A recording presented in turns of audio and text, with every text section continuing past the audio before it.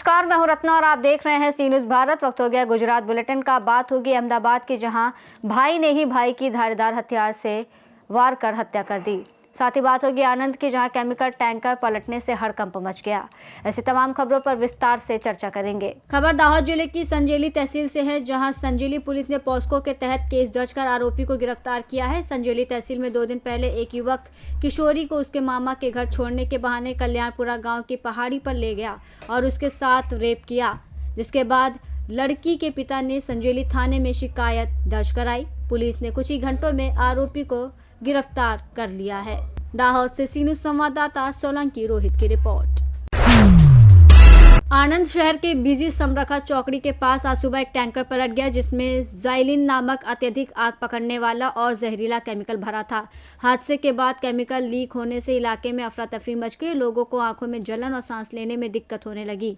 घटना की सूचना मिलते ही करमसद आनंद म्यूनिसिपल कॉरपोरेशन के फायर फाइटर्स मौके पर पहुंचे और केमिकल की आग लगने की संभावना को देखते हुए लगातार फोम और पानी का छिड़काव कर आपदा को रोकने में जुट गए। आज रोज सवाરના 5:30 વાગ્યાના સુમારે હજીરાથી વિદ્યાનગર જીઆઈડીસીમાં આવતું ઝાઇલિન ભરેલું ટેન્કર ગામડી ઓવરબ્રિજથી સર્વિસ રોડ ઉપર જતા રિવર્સ લેતા પલટી મારી ગયેલો છે। એ બાબતે આણંદ જિલ્લા ડિઝાસ્ટર શાખા તરફથી મેસેજ મળતા પોલીસ અધિક્ષક શ્રી જસાણી સાહેબની સૂચના અને માર્ગદર્શન હેઠળ તાત્કાલિક Anand town police, Anand rural police, જિલ્લા ટ્રાફિક શાખા, સિટી ટ્રાફિક શાખાના પોલીસ અધિકારી તથા કર્મચારીઓ બનાવ સ્થળે તાત્કાલિક પહોંચી ગયેલા હતા।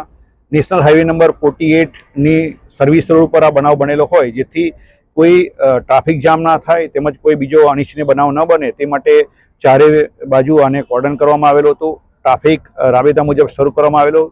ફાયર બ્રિગેડ દ્વારા કોઈ જાનહાનિ ન થાય તે માટે ફોમ અને લિક્વિડનો ઉપયોગ કરી જ્વલનશીલ પદાર્થને ન્યુટ્રલાઇઝ કરેલું હતું। बचाव कामगिरी हाल में चालू है और कोई अनिच्छनीय बनाव बनेल नहीं। आनंद से सी न्यूज़ संवाददाता ताहिर मेमन की रिपोर्ट। अहमदाबाद के ग्रामीण इलाके भोपाल में एक चौंकाने वाली घटना हुई, जहां एक चचेरे भाई ने आम झगड़े में अपने ही भाई की धारदार हथियार से वार करके हत्या कर दी। इस मामले में मृतक और आरोपी दोनों चचेरे भाई हैं, जिनके बीच मामूली कहासुनी बढ़ गई और इसने भयानक रूप ले लिया। मृतक विष्णु कुशवाहा और आरोपी रामू कुशवाहा दोनों रंगाई का काम करके गुजारा करते थे। वो भोपाल इलाके में रहते थे। वहीं कल शाम दोनों के बीच बहस हुई, जो देखते ही देखते तीखी बहस में बदल गई। इसी झगड़े में आरोपी रामू कुशवाहा गुस्से में आ गया और उसने विष्णु पर धारदार हथियार से कई वार किए, जिससे वह लहूलुहान हो गया और विष्णु की मौके पर मौत हो गई। घटना की जानकारी मिलने के बाद भोपाल पुलिस ने आरोपी विष्णु को गिरफ्तार कर लिया और कानूनी कार्रवाई की जा रही है।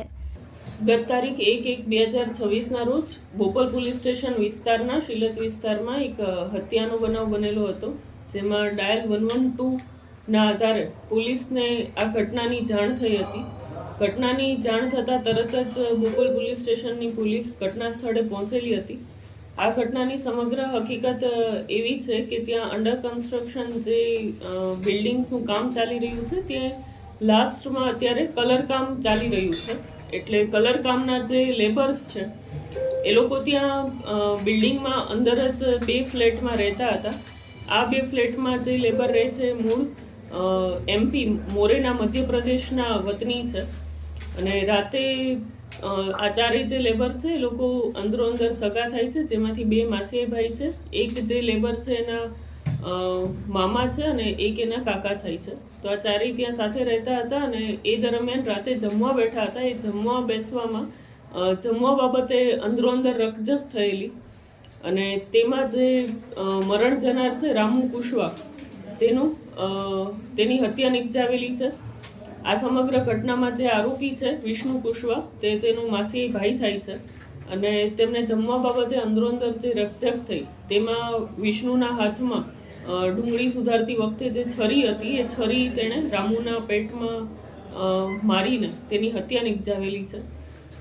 આ સમગ્ર ઘટનાની જાણ તે લેબરના જે કોન્ટ્રાક્ટર છે અજયભાઈ યાદવ એમને થયેલી હતી। અજયભાઈ યાદવે ત્યારબાદ આ ઘટના અનુસંધાને બોપલ પોલીસ સ્ટેશનમાં હત્યાના ગુનાની ફરિયાદ આપેલી છે। બોપલ પોલીસે આની હત્યાની જાણ થતાં ઘટના સ્થળે પહોંચીને જે આરોપી છે વિષ્ણુ કુશવા તેની તાત્કાલિક જ અટકાયત કરેલી અને હત્યાનો ગુનો નોંધીને આગળ કાયદેસરની તપાસ હાથ ધરેલી છે। જે આરોપીઓના લોકો કેટલા સમયથી અહીંયા રહેતા હતા, કામ કરતા હતા? આ જે આરોપીઓ છે એમાં જે આરોપી છે વિષ્ણુ અને એની સાથે જે રહેતા હતા એ લોકો અત્યારે આ જે અંડર કન્સ્ટ્રક્શન સાઇટ છે ત્યાં કલર કામ માટે આવેલા હતા. આ અગાઉ તે છેલ્લા આશરે 2 વર્ષથી ગુજરાતમાં અલગ અલગ મજૂરી કામ કરી રહ્યા છે. સર, ઝઘડો કઈ બાબતે થયો હતો? જમવાની કઈ બાબત એવી હતી કે જેમાં કોઈ ઝઘડો? એ લોકો જ્યારે રાતે જમવા બેઠા હતા એ વખતે બધા લોકો ત્યાં જ જમવાનું બનાવીને જમવાનું પીરસતા હતા.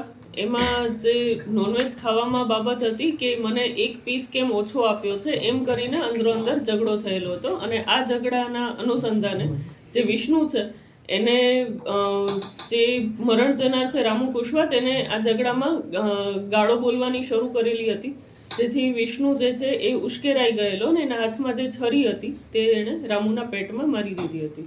अहमदाबाद से सी न्यूज़ संवाददाता यज्ञेश गोस्वामी की रिपोर्ट। बुलेटिन में फिलहाल इतना ही। देश और दुनिया की तमाम बड़ी खबरों के लिए देखते रहिए सी न्यूज़ भारत।